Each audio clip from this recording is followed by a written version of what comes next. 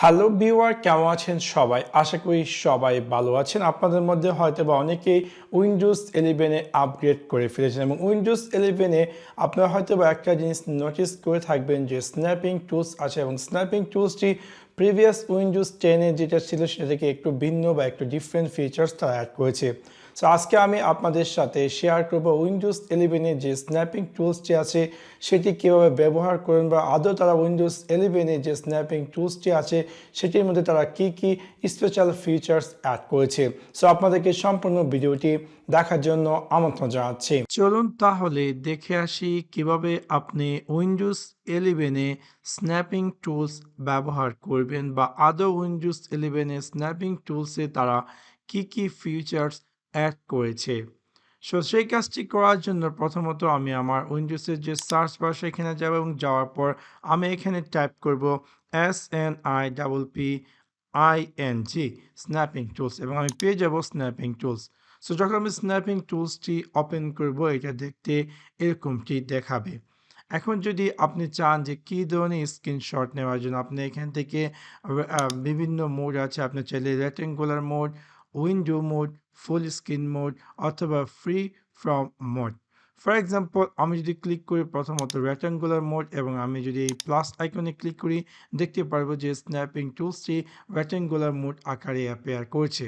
এখন আমি যে এরিয়াটি চাচ্ছি স্ক্রিনশট নেওয়ার জন্য আমি সেই এরিয়াটি চুজ করব এবং দেখতে পারবো যে সেটা অটোমেটিকলি স্ক্রিনশট নিয়ে স্ন্যাপিং টুলসে অ্যাপসে দেখাবে।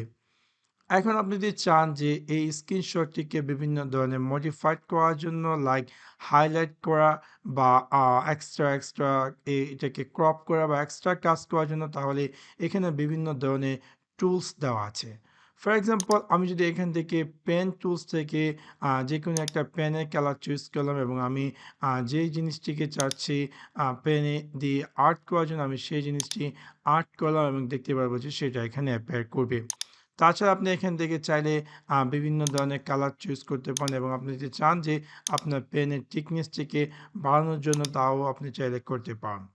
এবং আপনি যদি চান যে একটু আগে যে জিনিসটি টাইপ করেছেন সেটাকে আনডু করার জন্য তাহলে এখানে যে আনডু বাটন আছে সেই আনডু বাটনের মাধ্যমে সেটাকে আবার পূর্বে অবস্থানে নিতে পারেন। তাছাড়া এখান থেকে হাইলাইটের মাধ্যমে এখান থেকেও আপনি চাইলে আপনার পছন্দ মতো যে কোনো কালার চুজ করতে পারেন এবং আপনি যেই যে থিকনেসটি প্রয়োজন আপনি চাইলে আপনি ইচ্ছে মতো যে কোনো একটি থিকনেস নিয়ে নিতে পারেন এবং আপনি যে স্থানটিকে হাইলাইট করতে চাচ্ছেন সেই স্থানটি হাইলাইট করতে পারেন। তাছাড়া এখানে স্ন্যাপিং টুলসে তারা নতুন একটি ফিচার্স অ্যাড করেছে যেটা কিনা রুলার ফিচার।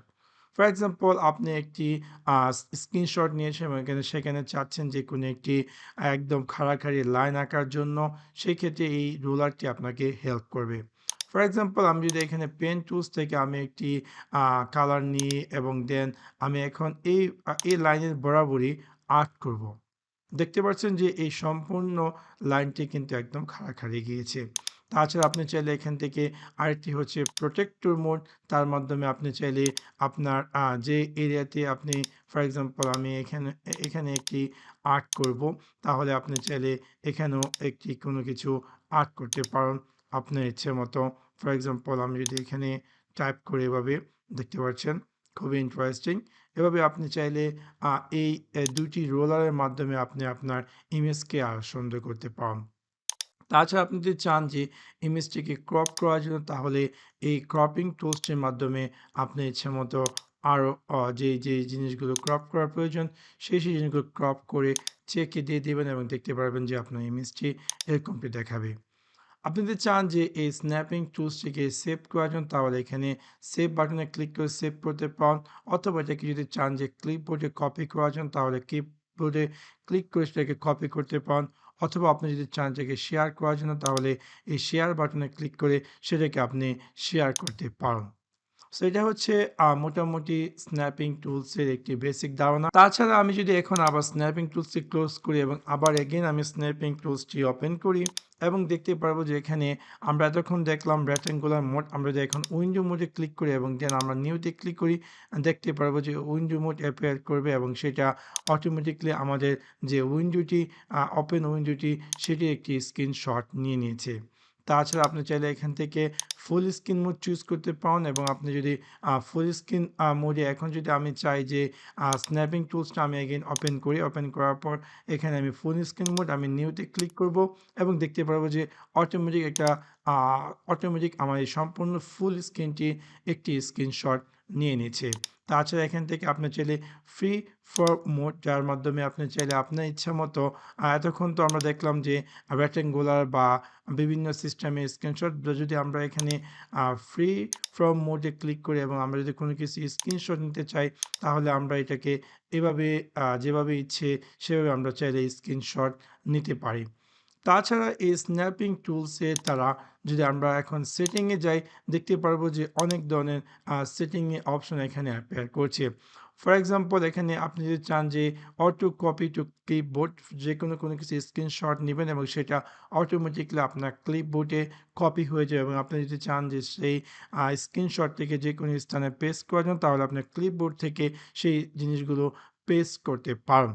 তাছাড়া এখানে save snap ask to save snap আপনি যদি চান যে এভরি টাইম যে কোনো একটি স্ন্যাপ নিয়েছি এবং সেটাকে অলওয়েজ যাতে আস্ক করে আমি চাচ্ছি না জাস্ট আমি এটা অফ রেখে দিলাম। তাছাড়া আপনি চাইলে each snap open in separate window multi window আপনি চাইলে তাও করতে পারেন অথবা snap outline automatic add and outline to each snap আপনি চান তাহলে এটাকে অন করে অ্যান্ড দেন এখান থেকে যে ফর এক্সাম্পল যে কোনো একটি কালার আপনি চুজ করুন যে যখনই স্ক্রিনশট নেবে অটোমেটিক এটার চারো অ্যাঙ্গেলে এরকম একটি কালার অ্যাপিয়ার করবে এবং এটাকে আপনি চাইলে থিকনেস বাড়াতে বা কমাতে পারেন।